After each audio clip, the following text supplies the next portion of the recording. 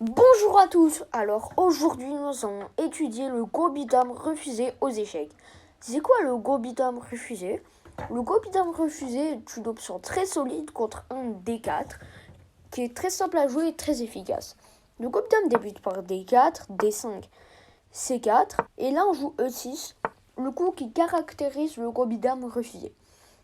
Déjà, pourquoi on joue ce coup E6? C'est pour vraiment défendre ce pion en D5 et empêcher les blancs de jouer E4 et d'avoir le centre. Mais, il y a toujours un mais dans les ouvertures. Notre fou C8, qui est notre mauvais fou, en jouant le coup E6, maintenant notre fou il est très mauvais, comme dans la française. Et donc là vraiment c'est la faiblesse de cette ouverture, mais ce fou-là, on peut le laisser ici et il se développera dans le milieu de jeu quand la position s'ouvrira. Là maintenant, si les blancs prennent, qui est une option qui est pas très jouée, maintenant notre fou il pourra sortir très facilement.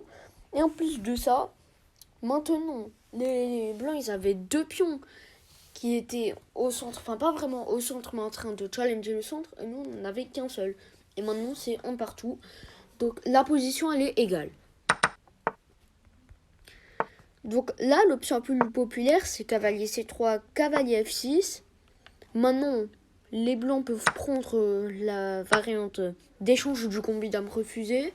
Mais là, dites-vous simplement que vous allez avoir un développement très rapide des pièces. Car maintenant, votre mauvais fou, il peut sortir. Donc ça, c'est bien. On aura un développement très rapide pour un roc rapide. C'est pour ça que le coup le plus joué, c'est fou G5, pour vraiment clouer ce cavalier. On peut jouer la variante principale fou E7 pour se déclouer, mais aujourd'hui nous allons étudier cavalier BD7 pour venir en cas de prise récupérer du cavalier et avoir un cavalier actif et la paire de fous. Donc là, les blancs peuvent jouer E3. On va simplement jouer C6 pour renforcer la structure de pion et avoir cette pyramide. Après cavalier C3, là on peut jouer fou E7 pour vraiment se déclouer. Après fou D3, on met le roi en sécurité. Les blancs font pareil, on peut jouer ce coup H6 pour venir essayer de déloger ce fou qui est quand même embêtant. Sur la prise, on récupère du cavalier. Là, on a un cavalier actif en F6 et on a la paire de fous. Donc, on essaiera d'ouvrir la position. Là, les blancs, ils doivent jouer fou H4. On pourra maintenant... Il y a plusieurs façons de jouer. On peut jouer avec tour E8 pour faire pénétrer le cavalier en F8 puis en G6. Je vais mettre des coups d'attente pour que vous voyez. Faire quelque chose dans le genre et attaquer ce fou. Ou bien, on peut aussi jouer avec B6 pour développer le fou en fianchetto. Bon, là, c'est pas vraiment un fianchetto car le fou, il tape sur des pions.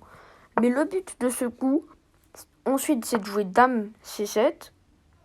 Et ensuite, pouvoir connecter les tours et mettre les tours sur les colonnes qui vont sûrement s'ouvrir. C'est deux options qui sont très jouables. Et d'ailleurs, c'est celle que je recommande. Mais là, après ce coup fou D3, vous pouvez aussi jouer d'une autre manière. Plus simple, mais je la recommande pas vraiment. Vous pouvez simplement prendre le pion C4. Et là, les blancs, ils sont obligés de reprendre du fou. Maintenant, les blancs, ils ont perdu un tempo. Ils ont joué deux fois le fou un peu inutilement. Mais c'est un peu jouable, ça.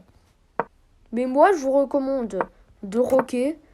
Ça mène à des positions très simples. Donc ensuite, on joue H6, fou H4. Vous avez beaucoup d'options de jeu. C'est très simple à jouer. Et dites-vous que vous devez attaquer à l'aile roi ou au centre. Car là, vous pouvez ramener les pièces sur le roi et essayer d'ouvrir la position. Donc c'est à peu près tout sur le Gobidam refusé. D'ailleurs, j'ai oublié de parler d'une variante. Après fou G5, Enfin, un cavalier BD7, j'ai oublié. Les blancs ils peuvent prendre en se disant que le cavalier il est cloué et récupérer du cavalier. Mais c'est une erreur.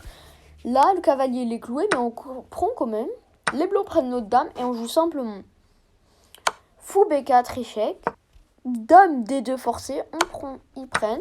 Et lorsqu'on récupère le fou, on a l'avantage de matériel, on a gagné une pièce.